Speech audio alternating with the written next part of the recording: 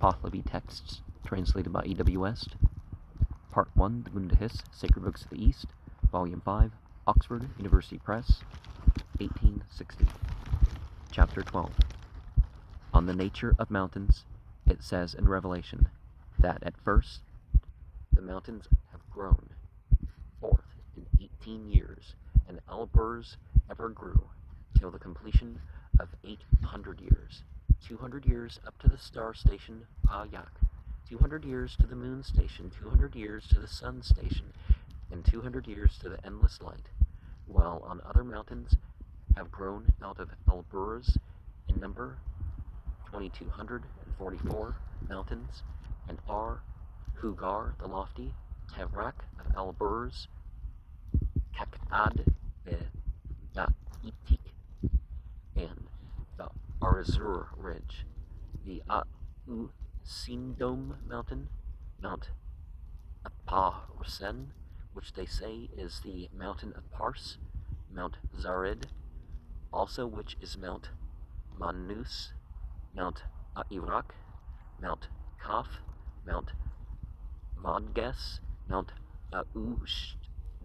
Dastar, Mount Arazurbum, Mount Roisin Homand, Mount Padash, Kvargar, which is the greatest in Kvari, the mountain which they call Kino, Mount Rivand, Mount Darspet, the Bakir mountain, Mount Kabed, Sikaft, Mount Siak, Ruimand, Mount Zafar Homand, Mount Spendiad, and Kondrasp, Mount Asnavand, and Kondras, Mount Sikadav, a mountain among which are in Kangdes, of which they say that they are a comfort and delight of the good Creator.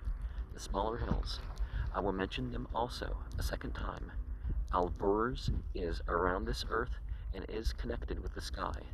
The Tevrak of Elburz is that through which the stars, moon, and sun pass.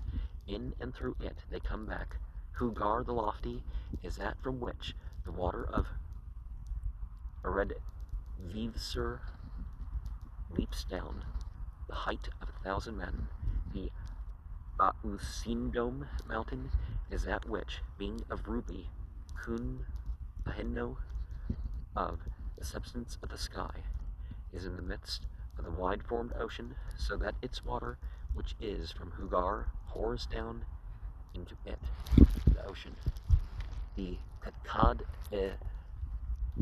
Itik, the judicial peak, is that of the middle of the world, the height of 100 men, on which the Kingbar Bridge stands, and they take account of the soul at that place. The Arazur Ridge of the Elburz mountain is a summit at the gate of hell, where they always hold the concourse of the demons. This also is said that excepting Elburz, the Parsen mountain is the greatest. The Parsen mountain they call the mountain of Pars, and its beginning is in Sagastan, and its end in Kugistan. Mount Manus is great, the mountain on which Manus Gihar was born. The remaining mountains have chiefly grown from those, as it is said that the elevation of Sari of the districts had arisen most around those 3 mountains. Mount Arirak is in the middle from Hamadan to Kvarizem, and has grown from Mount Parsen. Mount Kino, which is on the east, on the frontier of Turkestan, is connected also with Parsen. Mount Kaf has grown from the same mountain Parsen. Mount Uush Dastar is in Sagastan. Mount Arazur is that which is in the direction of Arum. The Padash Kvargar mountain is that which is in Tvaristan and the side of Gilan. The Revand mountain is in Khorasan, on which the Burazine fire was established, and its name, Revand, means this, that it is glorious. The Vadgas mountain is that which is on the frontier of the Vadgasans. That quarter is full of timber and full of trees. The Bakir mountain is that which Fresigav of Tur used as a stronghold, and he made his residence within it. And in the days of Yim, a myriad towns and cities were erected on its pleasant and prosperous territory. Mount Kabed, Skaft, very rugged, is that in Pars. Out of the same mount, Parsen, Mount Siak, Hamand, being black, and Mount Vafar, Hamand, having snow, as far as their Kabul borders, have grown out of it, Parsen, towards the direction of Kino. Kabul is Kabul in Afghanistan. The Spendiad mountain is in the circuit bar of Revand. The Kondrasp mountain, on the summit of which is Lake Sofar, is in the district or by the town of Tus. The Kondras mountain is in Iranveg. The Asnabad mountain is in Aparo Khan. The Royasin Homand, having growth mountain, is that on which vegetation has grown.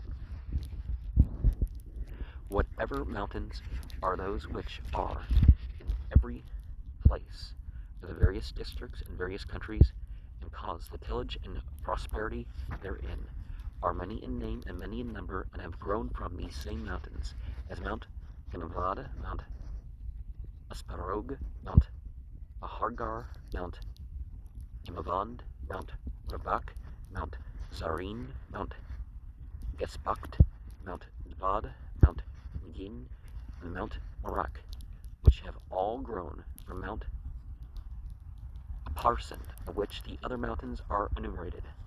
For the Dbad mountain has grown into Kyrgyzstan, likewise from the Aparsan mountain. The Imavand mountain is that in which Everasp is bound, from the same Padashkvargar mountain unto Mount Kamis, which they call Mount Madofriad, come to help. That in which these Tasp, routed, or Gasp, is Mount Yan Edast, mid-plain, and was broken off from that mountain there. They say in the war of the religion, when there was confusion among the Iranians, it broke off from that mountain and slid down into the middle of the plain. The Iranians were saved by it, and it was called Come to Help by them. The Ganavad mountain is likewise there on the ridge of Istasp. Huste Istaspan, the abode of the Burzine Mitro fire, 9 leagues, Harasang to the west. Ravak Visan is in Sravakad. This place some say is Sravad, some call it Visan, some Vlak. From this, the road of 2 sides of the mountain is down the middle of a fortress. For this reason, that is because it is there formed. They call Kalak a fortress, this place. They also call within the land of Sarak. Mount Asparog is established from the country of Lake Kast and the Pars. Pahargar, the Pahar range, is in Khurasan. Mount Marak is in Laman. Mount Zarin is in Turkestan. Mount Bakhtan is in Spahan. The rest, apart from this enumeration, which they reckon as fostering hills of the country, in the religion of the Mazdayestians, are the small hills, those which have grown piecemeal in places.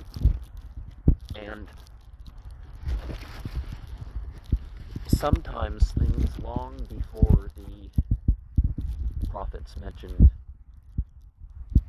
as being the ones that received the revelations which these books contained, sometimes through the revelation, sometimes it's just something going around, right?